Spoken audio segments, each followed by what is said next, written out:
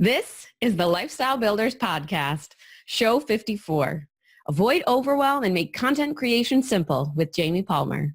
Right. I totally agree. I mean, I know many of my clients sit there, it's like 4:45 and they're like, OMG, what am I going to post today? I got to find the image. I got to find this. And when you think about it, right, you're probably spending 25, 30 minutes doing that. And there's no continuity. There's no integration.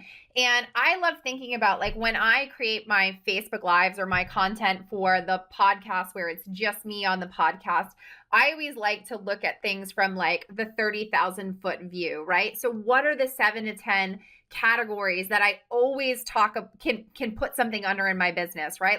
A little bit more about our guest, Jamie. Jamie is a marketing professional with expertise in strategic business development achieved through marketing and social media. She is a specialist in the integration of executive storytelling techniques into strategic communication. Jamie's recently contributed to Effingham winning the Google eCity of 2014 award through her Brandfluent social media program. She's spoken at the Environmental Business Council on social media and the RI Bar Association to discuss how systematic storytelling can help lawyers show value in sales conversions. We're so excited to have you guys join us with this episode with Jamie. All right, you guys, we're so excited to have you hear this episode that we did with Jamie. We covered a lot of stuff. Yeah, and everything around content, which is so important because, content marketing is very big these days. I mean, most business have content marketing incorporated in, and if you don't, it's probably something you should look at.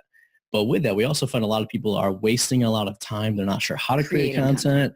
It takes over kind of their life, and it oftentimes takes them away from the other important aspects of the business. It feels very overwhelming because people aren't sure what content they should be producing and how they should be producing and where they should be putting it, all of the content things. But yeah, I mean, we covered a lot of topics, having a macro piece of content and then breaking it into little micro pieces of content. We talked about batching content, which is one of my favorite things to do. Yeah. And I mean, and part of that too is just how do you create this in the most effective and efficient way? So we talked about how to make sure you know the right type of content to create, as well as how to efficiently create it. And then repurposing was a big piece.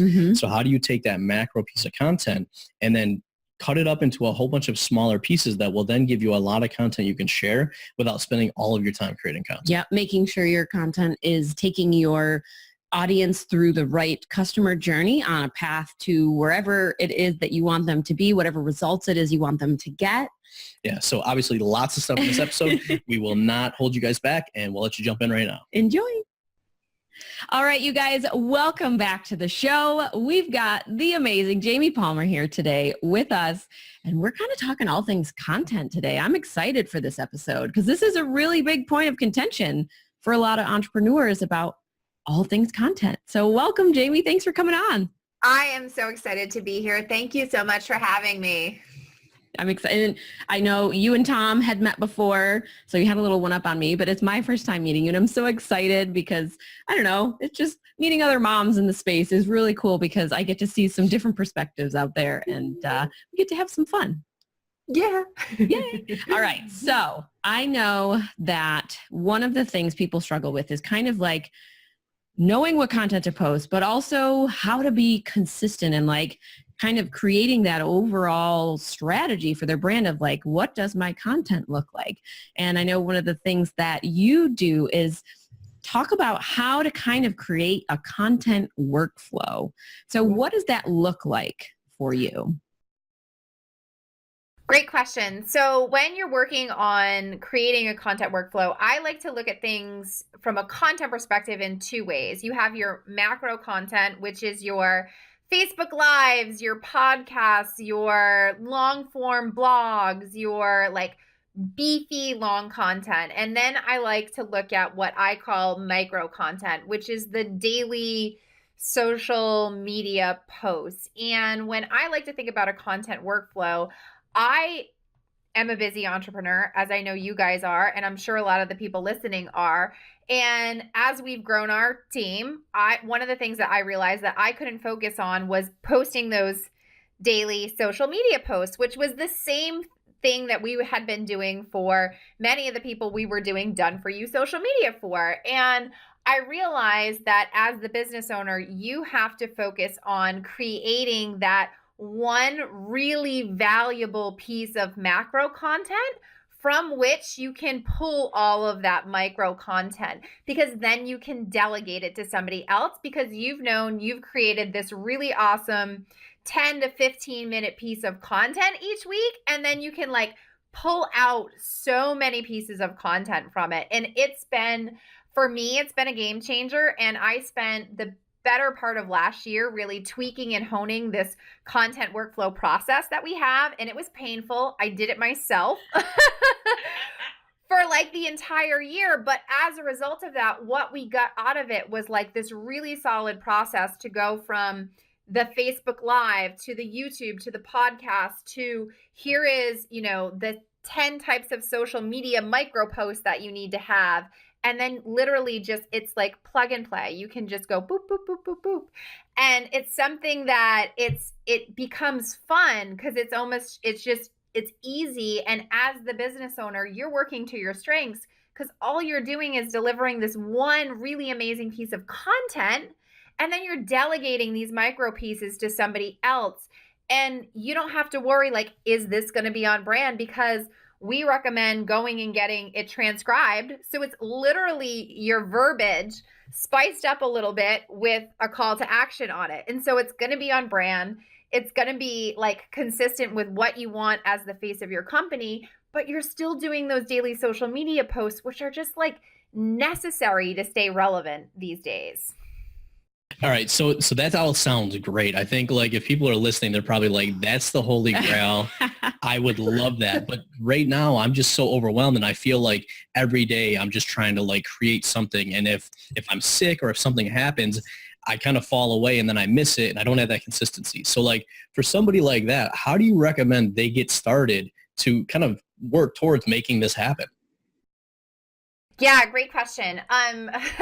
Couple of things. If you're in that daily grind and you're on the hamster wheel, just post on social media, I'm taking a 7-day social media break.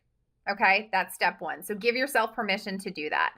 Then I want you to block time and I want you to record 4 to 6, 7 to 10 minute videos.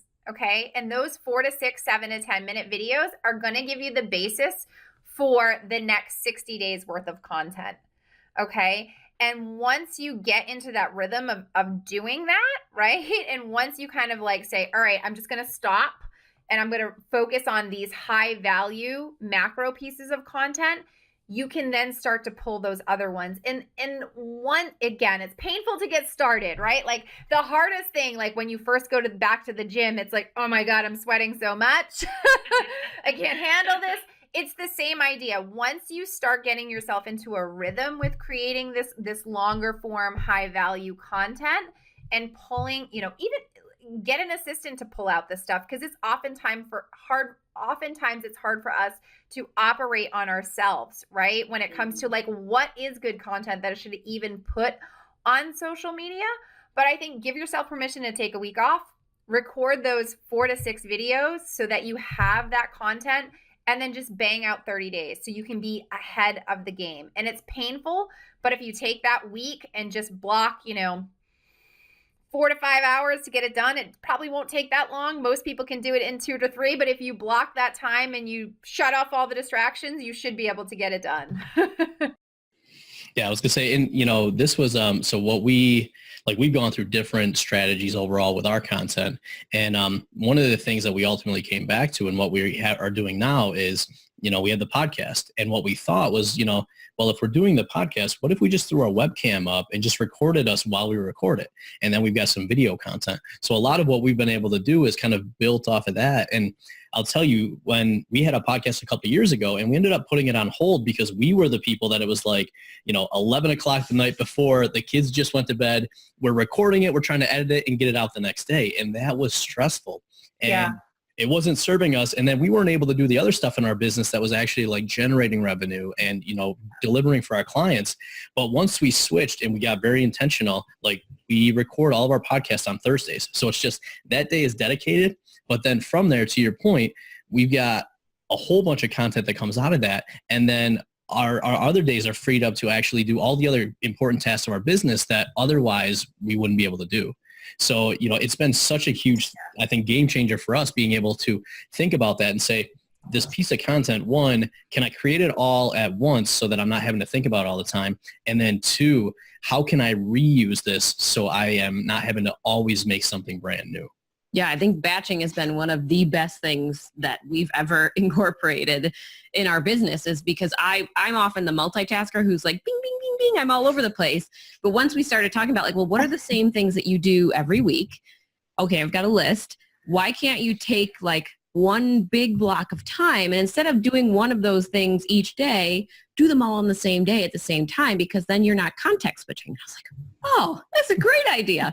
So once I started doing that, both with the podcasting, with any kind of content creation, or whatever I'm doing with like social media, it started to make a lot more sense, because then I felt it's almost like I had more inspiration because I was doing all of those things at the same time, instead of being like, oh, I got to post.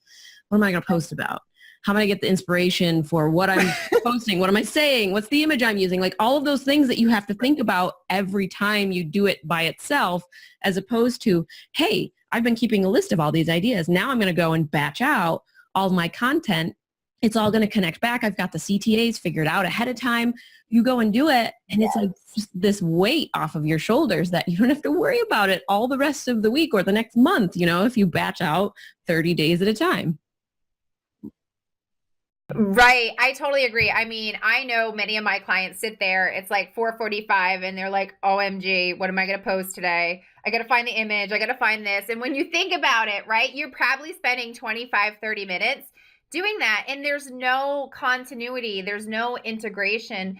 And I love thinking about like when I create my Facebook Lives or my content for the podcast where it's just me on the podcast, I always like to look at things from like the 30,000 foot view, right? So what are the 7 to 10 categories that I always can put something under in my business, right? Like, launching, growing your business, nurturing your leads, right? And so I look at it from a high level perspective. And then each one of those underneath those categories are like these subtopics, right? And they might be like questions that my clients have asked me or whatever it is. And literally take those questions and make that become the content for the Facebook Lives, right? Like this is what I do and this is what I recommend my clients do. And then I take it one step further, right? I take it and I'll say, okay, if I want to build a 3 to 5 minute, well, that's not a good example, 10 to 15 minute Facebook Live, I need to come up with 3 to 5 bullet points that is going to compose that makeup of that Facebook Live. And then I use those bullet points to hand off to my team to say, here are like things you can pull out about for the content that you're going to make for social media. So like it just feeds each other. I call it like the rule of 3. So for every like one bullet point, I figure it's roughly 3 to 5 minutes. And so if you have 3 bullet points, you've got roughly 9 to 10 minutes of content there. And it's been this super seamless thing. And I know a lot of people get a lot of anxiety, or at least my clients do. They're like, oh, Facebook Live, I'm so scared. What if I say the wrong thing? And it's like, it doesn't have to be that hard. You're way overthinking it. It's just, you need a little bit of structure around that. So I love that though, because then you can just plug and play when you go to do content. Yeah. And it's funny you say that, because we actually we call them the pillars. So it's like the main topics that everything we talk about falls under. And we actually have like on our episode schedule for the podcast, we have a separate column, and it's like, okay, well, if you're thinking of a topic, it has to fall under one of those 7 pillars. Otherwise, maybe we shouldn't be talking about it. So yeah, I think once people can figure out like, what is your business about? What is your brand about? And what is your audience looking to learn from you?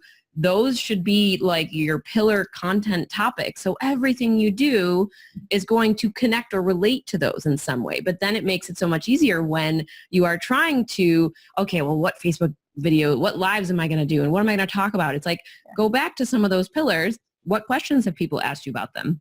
Have you done a Q&A where you had all these questions where people posted them? You can copy paste the questions and save the document somewhere. It's like, oh, I'm looking for a piece of content. Let me go answer one of those questions. Yep. But it's just, I think people get overwhelmed, so they don't see the foundational, simple pieces that you can do all the time and continue to move things forward. It's like you get overwhelmed and then you freeze.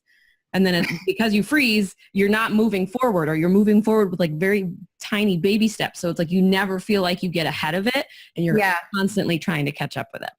Yeah. And I think the thing is it's definitely a commitment, right? When you go to switch, whether you're batch doing content, right? Like for clients who are like, I can't possibly do a weekly Facebook live show. I'm like, okay, then the first Monday of every month, you're recording videos for the whole month, right? Like you're going to sit down, you're going to get your whatever recording device out, and you're just going to sit there and record content. And when you make that shift from like doing it in the moment to doing it ahead of schedule, there's like this whole piece of freedom that happens, because then you're not in this like reactionary mode where you're like, oh, I got to do something today because I have to post on social media every day, and you actually get to be more creative and you have more fun with it. And then like, you're also being more strategic, and everything that you do just flows better, but you guys know that. So if people are listening, we basically just went like, there's obviously a lot more to this, but this is really the foundation of being able to create a lot of content very smart and efficiently without a lot of time. But I want to shift gears a little bit, because I've also seen people that, have created a lot of content, but that content isn't leading to getting their goals or getting the results they're looking for. So like, what kind of strategies or tips would you have for people that are creating this content to make sure that they're piecing it together and that it's intentional towards, let's say, having somebody become a customer? Yeah, great question. So I truly believe if you're in business today and you're in the online world, you have to build a business ecosystem. And that starts with understanding like, what is that client journey? So what's the first interaction that you want to happen with your potential client, right? And then what is ultimately like that value, Russell Brunson style, what's that value ladder that you want them to go through to become a client? And what is that experience? And when you're building that ecosystem, if you're a newbie entrepreneur, I don't recommend going on every platform. But if you have a team and you're using a scheduling software, don't hesitate to go on Facebook, Instagram, Pinterest, YouTube, do a blog, do a podcast, because you only have to focus on that one piece of content, right? And even if you do have lots of content, like Tom just said, take that and start to repurpose it and get it organized in a way that suits that client journey, right? And is going to usher somebody through that. And ultimately, like, we don't own our Facebook friends or our Facebook likes or our Instagram followers. So I'm always like, get them back on that email list, right? Give them that incentive to go, sign up for your list or whatever that is. And the more that you can do that and drive that traffic into that ecosystem and have that stuff in place, the nurture sequence and the sales funnel and the tripwire and all of that sort of stuff, the faster you're going to get from where you are to where you want to be. Mm-hmm. Well, and I think what's so cool too, because a lot of people here either, only do one platform and that's it, or like be everywhere. And the one thing that, I've always told people is that if you're creating content in this way, just because you're on one platform now doesn't mean that you're not going to be able to repurpose it to the other ones later. And oh, by the way, guess what? If you are focusing on one platform and you nail that, one, not only is it easier to then take all those people on one platform, and when you kickstart the other one, you're going to have an initial group of people that are going to join. But guess what? All that content you've been creating for the last 6 months, it can still be repurposed onto those platforms. And now you're definitely not going to be at a shortage of content for those platforms, because ultimately you've got 6 months worth of content and you're going to be adding more. Mm-hmm. Right. It's so true though. And I think that that's like this common misconception that it's going to take me so much more time to post on Pinterest or so much more time to do whatever. And the fact of the matter is, it's really just like one click of a button if you've already created the content. Yeah. Yeah. And I think one thing that I loved, Russell actually talked about this at Funnel Hacking this past spring, was talking about using each of the platforms. Like if you're already out there, you already are on these couple different platforms, to use them the way they were meant to be used and direct people to different places. So it was like, don't just repurpose your content from Facebook to Instagram. Put your content on Facebook, but then figure out how to use Instagram to direct people back to where you want them to ultimately go. Same thing with Pinterest. It's Right. kind of getting to know them enough so that you're not just like, oh, I created one post and then I posted it in 3 places. It's I created one post and then I strategically used each of the platforms to get people to go where I wanted them to go. So, I thought that was really cool he talked about like a radio, one was a TV, one was a newspaper. I don't know. I forget which one was which, but it was a really cool analogy. Yeah, that's so, I agree completely. You can't just like literally repurpose it.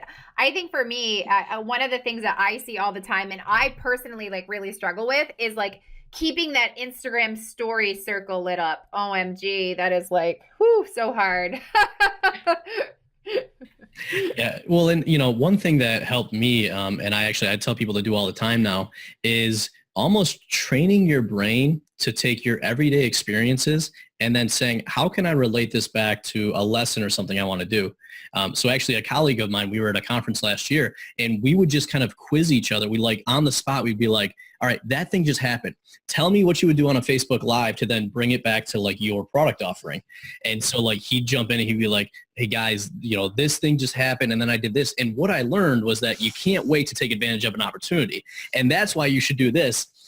And it's awkward at first, but once you kind of get used to looking for those opportunities, what I found is that you start seeing them everywhere. And then I see people that are like, oh, I don't know what to post. I'm like, I got like 100 ideas just from the last hour of what I could post. Yeah. I'm with you. I totally agree. I'm like, oh, this is a great idea to post on Instagram stories. And then I'm like, oh, on another call. Or, I'm just like, and then I'm like, and then it's that awkward reintroduction onto the Instagram stories where you're like, I haven't really been on here in a few days. Me. I did like spurts. I've been on Instagram stories and spurts. And I'm like, oh, I should get back on. Like, but how? It feels really awkward now to be like, hey guys, I'm back. I always get the inspiration and then like a kid pops into view or something. Like I need a snack and I'm like, oh, I lost it.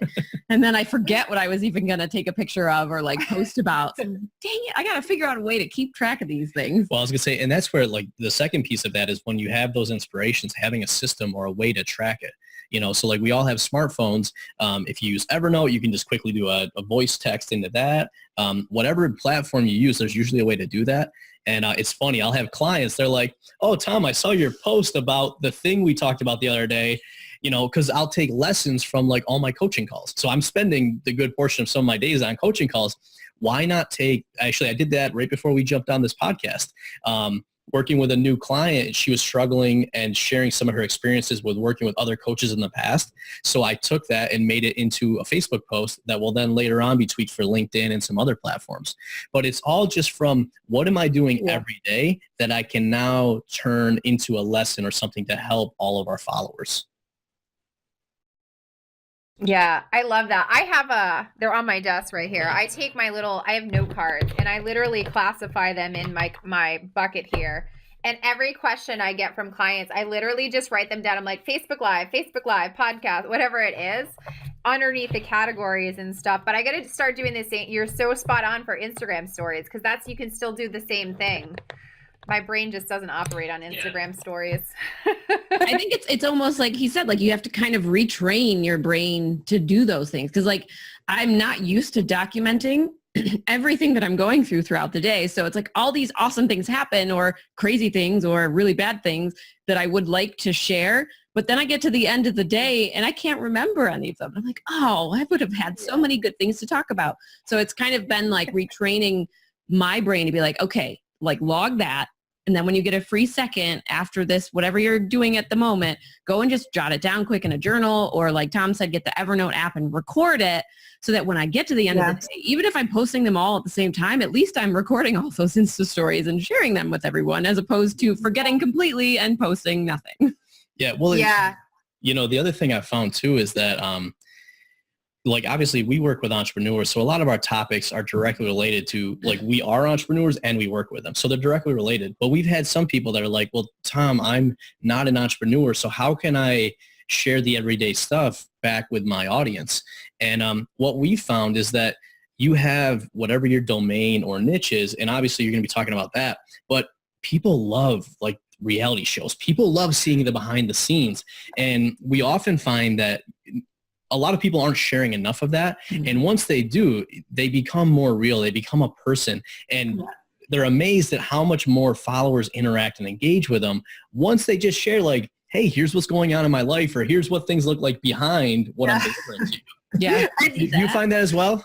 I totally find that as well. And funny story, I was doing my Instagram stories and I was yesterday or the day before, I was talking about, I was like, the kids are going back to school. So I have a 5-year-old and a 18-month-old. And so one's going to preschool, the other's going to kindergarten. And like the list of monstrosity things that I need to go buy, I'm like, there's no way I can go to Walmart and do this. I'm like, Amazon Prime.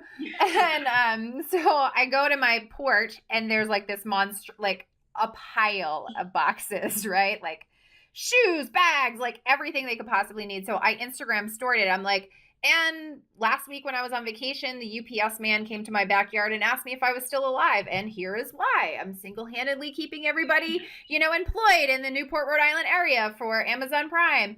I got like 17 people who sent me messages. And then I was like, the worst thing about Amazon Prime is getting rid of the boxes.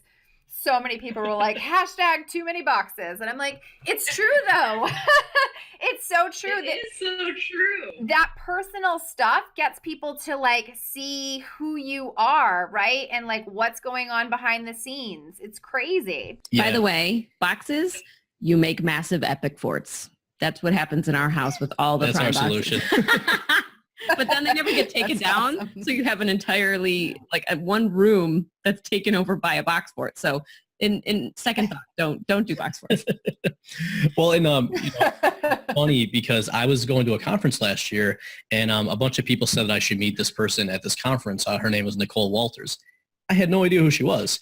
And Ariana actually knew who she was because she had, what was the thing? Like her daughter was going back to school and She was hiding in the house in her like pajamas and said she refused to go outside. Is that the one? She does a lot of really hilarious lives. yeah, well, clearly there's a lot of college. them. Yeah, You're she was talking going about to the college college and she like went the first week when her daughter was at college and like live streamed it, like, I don't know, something. But clearly that was not related to what her business is, which is like helping entrepreneurs. But Ariana didn't know her for her business stuff. She knew her for this. And then when I got to actually meet Nicole and talk about that, she's like, yeah, I only actually launch my product like twice a year, but in between it, a lot of it's the personal stuff so that when I then go to, launch, people know me and love me and that's why they buy.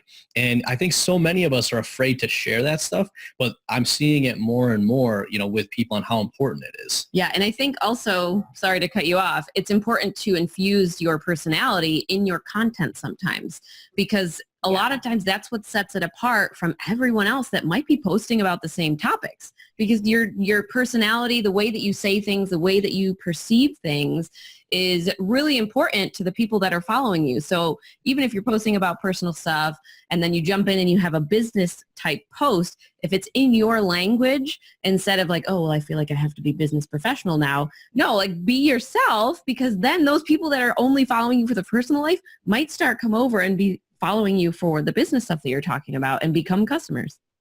Sorry, continue. No, that's good. What I was going to ask though is, when you see people doing their content, there's always this fine line between like being vulnerable and being transparent and like either doing too much of it or not being authentic. So to that point where people are trying to infuse their personality into their brand, how do you see people doing that successfully versus the ones that maybe struggle when they try to do it, but it doesn't feel authentic or it doesn't connect? Yeah, great question. I think you have to figure out what feels comfortable for you, right? And you have to have a baseline for what that is, right? So as an example, my husband's an engineer. He works for the Navy. He has stuff he does for the government that I am not allowed to know about. He does not want to be on social media. And we've had that conversation. And I've even noticed with couples who both aren't entrepreneurs, right? Where they have their own thing, how they have that. So I think step one is understanding what your comfort level is when it comes to sharing. Like, is sharing the kids' the pictures of the kids too much, right? Is, what is that comfort level? So determine what that baseline is, number one. I think number two is really leaning into when you feel called to share something. I think for me, one thing that I've been trying to do much more transparently, and probably as a credit to Alex Sharfin because of like the daily cadence and all of that sort of stuff, is to really like be open with my journey with my followers. Like, here's where we were and here's how hard it was. And here's how it is now. And here are the pieces along the way, because I think that makes you more real. And I think the more real that you can come across and the more relatable, I think the better off you're going to be able to be to connect with your followers. And I think one thing that is happening in the industry today is everybody's coming out with these uber polished, uber pre-recorded, perfectly scripted videos. And in my opinion, they're losing that connection with who their ideal audience is, because their ideal client in 90% of the instances can't do that. They can't afford to have the crew come in and do all the crazy YouTube videos and have this high quality production. And I think where it goes wrong is when you lose that connection to who your ideal client is. So I think if you stay true to yourself, you set a baseline for what you feel comfortable sharing, and your spouse is on board about that, and you're on the same page with the kids, then I think go for it. But remember, like, your ideal client is someone who's typically not as far along as you in your journey. And so when you start to get, rolling up in a Rolls Royce and that's not who your ideal client, like, they may want that, but it just seems too far of a stretch for them. I think that's where you start to lose people. Yeah. Yeah. Well, I was going to say, and what we've seen is that when people like start a business, usually we're not comfortable, we're not confident. It's like, it's just me at my kitchen table. And so we want to look all polished. So I see people go and like get a logo and try to come up with the perfect name, and they want everything to look beautiful. And it actually stops them from like doing what they need to do, which is like go improve their business model. But then ironically, once people have had some success in business, it almost switches. And it's like, well, now that I have that confidence, I don't have to hide behind a logo or make everything perfect. I'm more vulnerable and okay to share that. Yeah. But if you can, when you're not in that place where you're maybe comfortable, think about what you're going to feel like when you do get there. That's a way that I've seen help a lot of people to start doing it sooner, because you know what you want it to be like later on when you feel comfortable and when you know you're successful. And if you can start kind of getting into that mindset now, it makes it a little bit easier to start sharing some of that, because you realize it's the journey. And if you're feeling that way, I promise you there are lots of other people as well, because they're in the same situation as you. Mm-hmm. Yeah. And you're so spot on when you say that. I mean, when I first started my business, I started in college. I was 20 years old, and I was selling websites, and I didn't have a website. And I sold websites. And this is back like before Facebook was super cool for business, and, I didn't have a website for nearly 5 years. And I think one of the things that often happens with people is they feel like, I got to have the logo and the this and the that and the other. And it's like, no, go get a Facebook page, get a business page, go post in groups and get some clients, then do those other things. Like you and I talked about this, Tom, on the other one, where it's like, get business coming in and then worry about all those other bells and whistles, because those are nice to have, but they're not necessary to make money. Mm-hmm. Yeah, I think it goes along with when you're creating content too. It's like, don't go for the perfect, polished, all the stuff. Just start creating content that people need to hear about. Like, your audience doesn't care if it's a perfectly positioned blog post with beautiful graphics at the top. They just want to learn what you're trying to teach them. Right. I think we all get so nervous and so caught up in everything being like, oh, well, so-and-so's looks like this, so mine has to look like that too, because I'm serving the same audience. No, it doesn't have to look like them. They're 5, 6, 7, 8 steps ahead of you on this journey. So yours is going to look like you, where you are now, and that's okay. So I'm curious, kind of building off of that, but what is one trend that you see going on now with like the industry that you actually don't agree with, or you think people should do the opposite? So it's like with social media? Yeah, I in mean, content? social media marketing, just where do you see like a lot of people are saying, go this way, and every time you hear it, you're like, no, no, no, people should be doing this. Perfectly polished videos. I think that is a big, I don't like that. I don't think that's the way to go. I see a lot of people like Marie Forleo. Marie TV is beautiful, but I feel like she's losing touch with who her ideal client is because of those perfectly polished videos, right? Like the content is awesome, but if she did it in her like beautiful YouTube studio, it'd be just as good. And that's something that I feel like I could accomplish. So I think that's one trend that I don't necessarily agree with. I think people batch recording content for 6-8 months at a time is a mistake. I think things change far too rapidly in this industry for you to do that. And I think, probably the biggest one is people being like, I'm going to double down on Facebook ads, or I'm going to double down on Instagram and really focus on getting the swipe up. Those are trends. And I've been in this business on the social media side of things, creating content for a decade. And trends are going to change. They are going to change. And tomorrow, Facebook could say it's $100 a month to get your Facebook page to even be seen. Like we don't know what's going to happen. And I think you have to build that ecosystem like we talked about, which means spending time and investing time in 2 or 3 platforms, creating community around that, and then getting them on your email list. Because if you double down on any one of those things, eventually something is not going to work, right? I mean, even for me, my personal Facebook ads were, to get an email lead at the beginning of the year were $1.76. I'm doing the exact same thing I was doing at the beginning of the year, and it's almost $5 now. Wow. It's crazy. Stuff changes. Well, I was going to say, and I love what you said there, because we started this episode out really talking about like the benefits of batching and, repurposing content. But with everything, there's always an extreme of where you do too much. So as you said, stuff's constantly changing. And I think it's a good reminder to us all to remember, like, there's all these strategies and tactics out there, but we've got to find the right level and the right balance of those for our business. And, there's some industries that they change a lot slower. So maybe they can go out a little bit further, and there's other ones like, we have a friend who makes training courses for like iPhone apps. He struggles because originally he was making these big courses and he'd get the course done and then Apple would put an update out and he would have to go and redo everything. So he had to make shorter stuff and know that things were going to change faster with his business.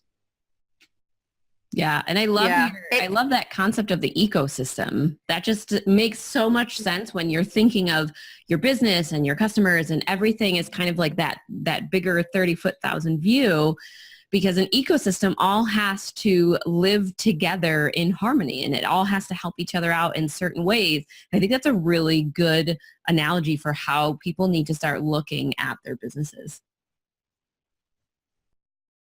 Yeah, thank you for saying that. I obviously agree. But yeah, I think it's one of those things where I like 30 days at a time for getting ahead with content, because nothing's going to change so drastically in 30 days that it's not the end of the world. But I think when you start to get further out than that, it gets tricky. Yeah. All right. So I'd love to know, we covered a lot of stuff today, which is awesome because this is how we tend to do. We go down side tangents and we hit on topics, but what's one thing that you want everyone who's listening to take away from this episode? Implement. Implement. That is the fastest way you are going to get from where you are today to where you want to go. So stop procrastinating about getting your content done. Stop procrastinating about your Facebook Lives and just do it. It's never going to be perfect. Implement. I love it. I agree. And obviously there are going to be some people who are loving what they are hearing from you. Where is the best place for them to reach out and come find you? Yeah, our website is a great place to head on over to check us out, outliermarketinggroup.com, OUTLIER marketinggroup.com. And we will, of course, include the link to that in the show notes, which you can find at tomandariana.com/54. All right. It has been another great episode with Tom and Ariana, your hosts and lifestyle builders. And we want to extend a huge thank you to you, Jamie, for coming on and sharing all the wisdom, all the gold nuggets, all about content and marketing and all of these things that, people really struggle with. So thank you. Thank you for having me. All right, guys. And as always, I want you to remember, it is your life, your business, your way. We'll see you next time. Bye. Are you a Lifestyle Builders podcast fan? We'd love to hear from you. Head on over to tomandariana.com/iTunes and leave us a review. Are you frustrated by a lack of momentum in your business? Do you want real-time guidance and support from seasoned entrepreneurs who really care about your results? If you're nodding your head or awkwardly shouting yes in public somewhere, then we invite you to join Lifestyle Builders, a mentorship program designed to meet you where you are and give you strategic and custom guidance so you can build the business you need for the life you crave. You can find out more at joinlifestylebuilders.com.